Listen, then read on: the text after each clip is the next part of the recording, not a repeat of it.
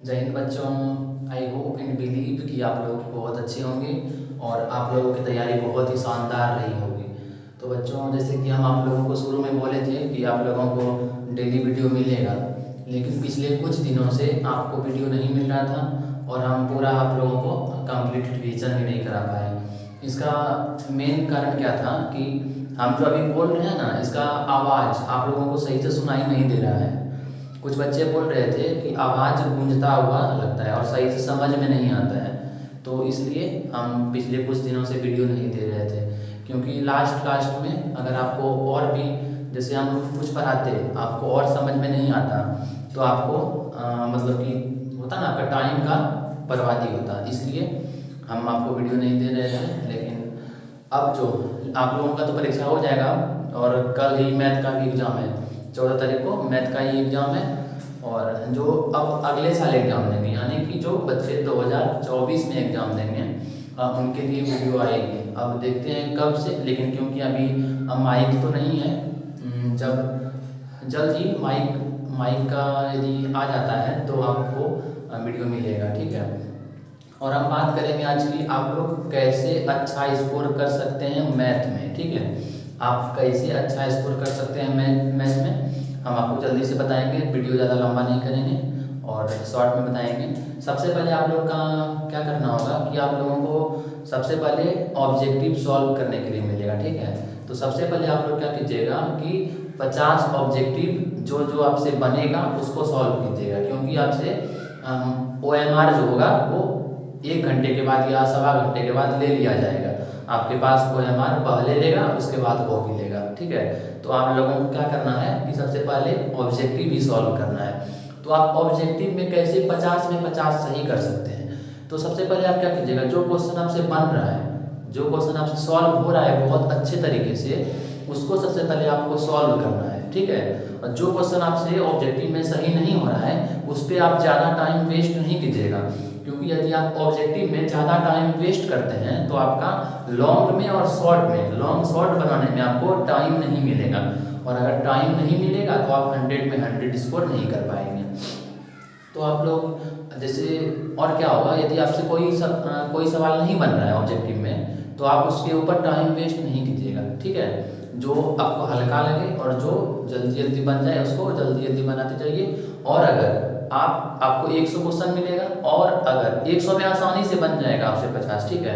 और अगर ऐसा लगे कि 50 नहीं बना या 45 बना, 50 में 50 नहीं बना, तो आप फिर जो थोड़ा लेंथी वाला सवाल होगा या थोड़ा जो हार्ड सवाल होगा उसको टच कीजिएगा, उसको सॉल्व कीजिएगा, ठीक है। तो ये हो गया ऑब्जेक्टिव का।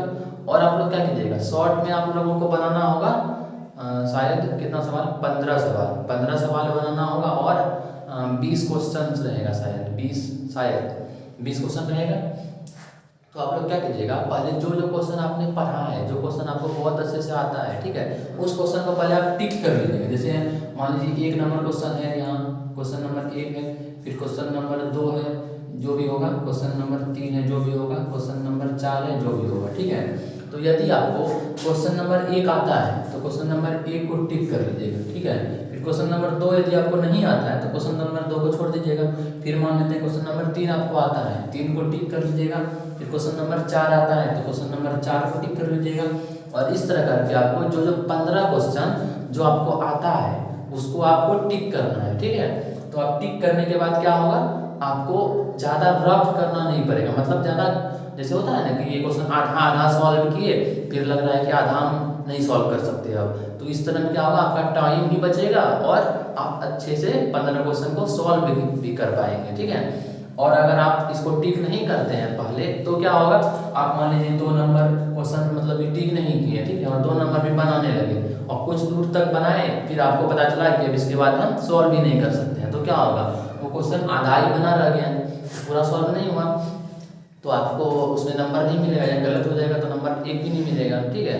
तो इसीलिए सबसे पहले आप उसको टिक लगा लीजिएगा। टिक लगाने के बाद क्या होगा कि आपको आसानी से आप काउंट कर सकते हैं कि मेरा 15 क्वेश्चन पूरा आया है, ठीक है। ये हो गया आपका शॉर्ट क्वेश्चन का बात। और फिर लॉन्ग क्वेश्चन में क्या करना है कि आपको फिर से लॉन्ग क्वेश्चन में आपको शायद 6 क्वेश्चन मिलेगा, 6 या 8 मिलेगा शायद, तो आपको 4 क्वेश्चन उससे बनाना होगा। तो उसी तरह आप पहले लॉन्ग को अभी टिक कर लीजिएगा।